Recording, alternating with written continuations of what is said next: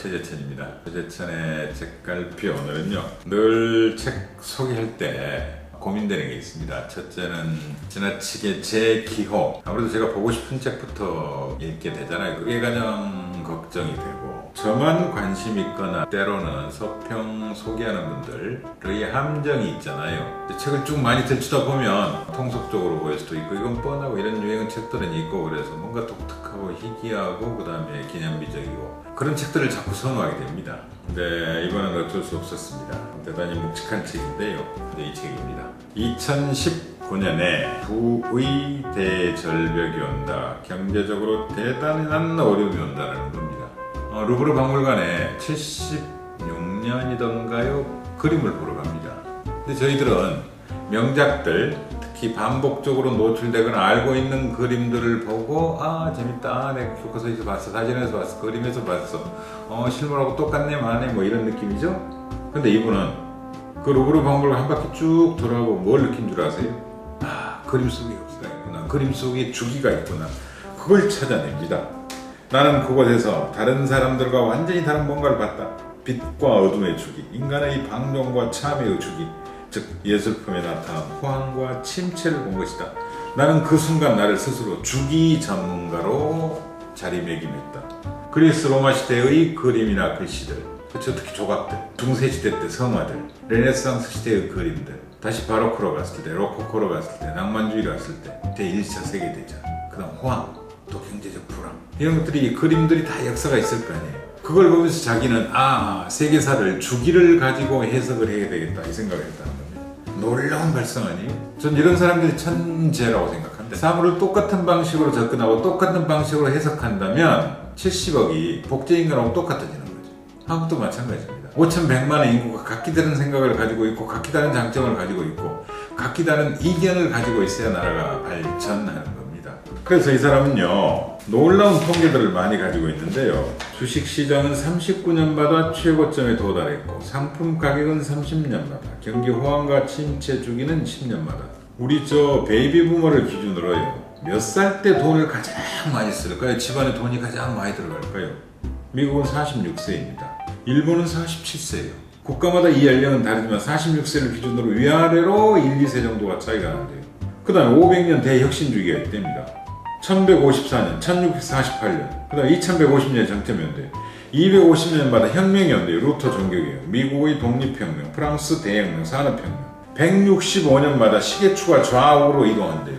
5000년 문명 주기도 있대요. 제 호황된 주장하는 사람 아니야? 어쩌다 맞아떨어진 거지. 그렇다면 세상이 우연으로 지배된다는 말이야? 이런 주장이 있을 수가 있죠.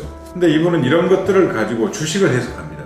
남성과 여성의 성적인 차이점을 가지고 다우지스 있죠, 미국 주식 그래프, 금융버블 원리들을 해석해내요. 하여튼 대단히 흥미로운 통계나 자료들이 많습니다.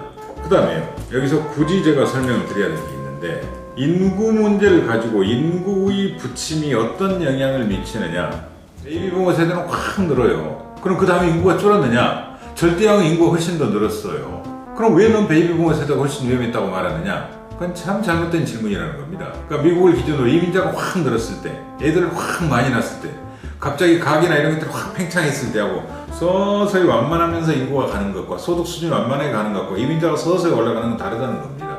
그러니까 이를테면 가계부채의 양도 중요하지만 가계부채의 속도, 짧은 시간에 얼마나 빨리 올라가는 이런 것들이 중요하잖아요. 국가부채나 가계부채 같은 경우도 마찬가지라는 겁니다. 또 재밌는 건 인구 문제 가지고 이분이 대단히 중요한 이야기를 하고 있는데, 인구가 진실을 말한다고 이야기를 하는 소재를 달았습니다.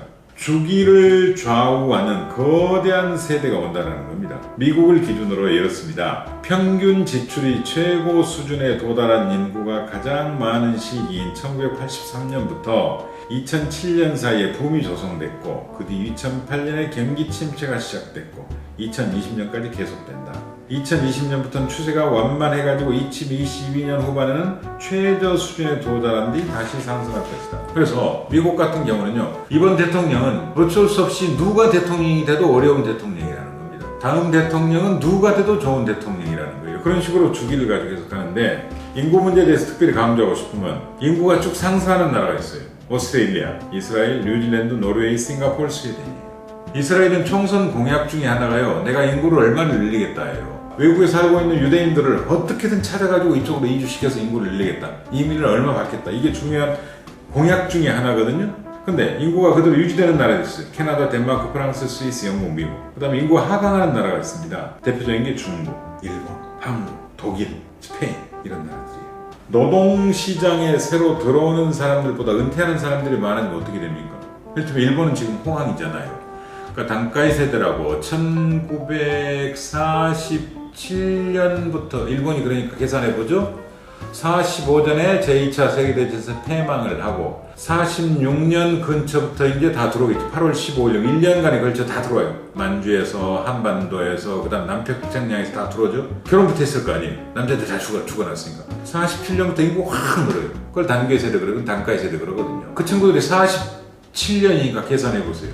2007년부터 은퇴하기 시작을 해요. 그러니까 고도성장기를 이끌었던 사람들이 다 나가니까 일자리가 확 부족해지니까 대학생들 취업률이 90% 100%가 돼요. 근데 우리는 어떻습니까 지금? 제가 베이비 부머 마지막 세대입니다. 63년생이니까 아직은 은퇴 시점이 아닌데 베이비 부머들 은퇴를 해요. 그러면 새로운 일자리 확 늘어나야 돼요. 근데 안 늘어나잖아요. 그 인구 문제의 심각성을 지적하고 있는 겁니다. 새로 노동시장에 진입한 노동 가능 인구 15세부터 60세까지보다 더 은퇴하는 사람이 갈수록 많아지면 누가 먹여 살릴 것이냐? 우리 흔히 하는 말로 손은 누가 키울 거냐? 그렇죠. 세금은 누가 낼 거냐? 부부 대절벽에 대해서 한번 이 주기가 어떻게 경제와 우리 삶에 영향을 미치는지를 한번 쭉 보셨으면 좋겠고요. 이 해리 덴트라는 연구자 소장 참 재밌는 분 같아요.